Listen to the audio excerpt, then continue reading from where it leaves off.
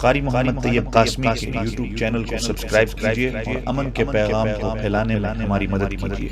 اور نیچے دیے گئے ہوئے بیل آئیکن کو کلک کریں تاکہ ہر آنے والی نئی ویڈیو آپ کو براہ راست مل سکے۔ تو فرمایا کہ یہ وقت جو ہے یہ برکت والا وقت ہے، یہ اللہ سے استغفار کرنے کا وقت ہے۔ ویسے تو پورا دن ہے،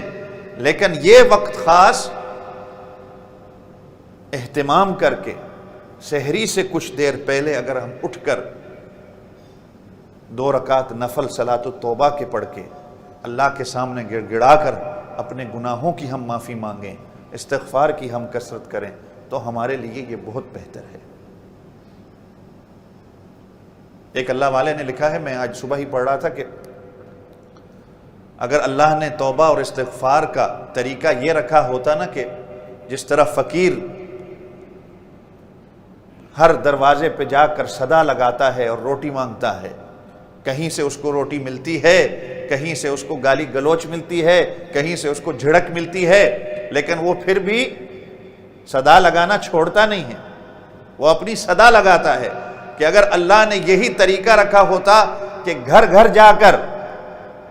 لوگوں سے کہنا پڑتا کہ میرے لیے استغفار کرو، میرے لیے میرے گناہوں کی معافی مانگو، تو یہ بھی سودا سستا ہوتا، مہنگا نہ ہوتا۔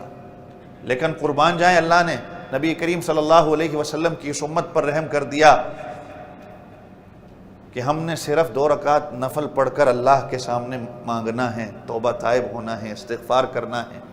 توبہ کرنی ہے، اس گناہ کا جو گناہ ہم نے کیے ہیں اس پہ پشیمانی کرنی ہے، اس پہ ہم نے جو ہے وہ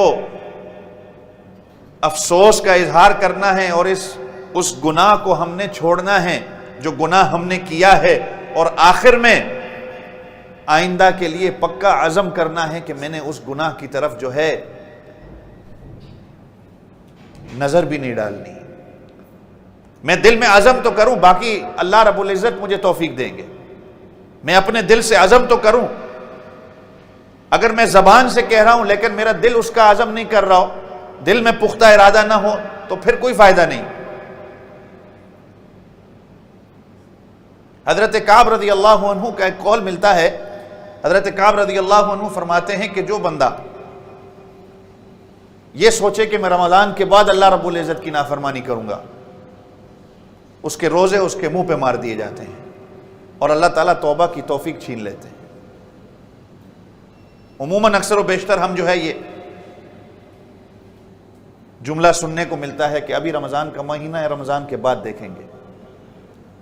ایسا ہی ہوتا ہے نا، ابھی رمضان کا مہینہ ہے، اگر کوئی یار دوست کہتے چلا کہ یہ محفل میں چلے جائیں،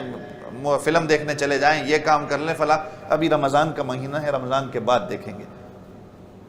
حضرت کعب رضی اللہ عنہ کہتے ہیں کہ جس نے یہ سوچا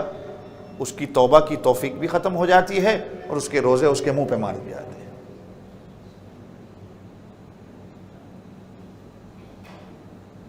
اگر میں اپنے رمضان کو رمضان ہی نہ بنا سکا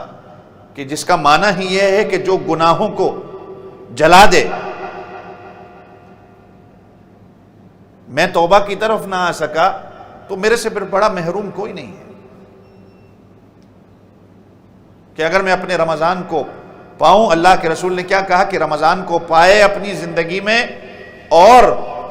اللہ سے اپنے گناہوں کی بخشش نہ کروا سکے، اس پر اللہ کی بھی لعنت، اللہ کے فرشتوں کی بھی لعنت، اور حضور پاک صلی اللہ علیہ وسلم کی بھی لعنت۔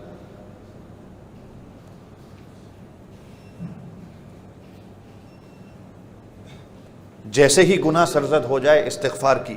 یہ اس کا بیماری کا اینٹی بائیوٹک ہے۔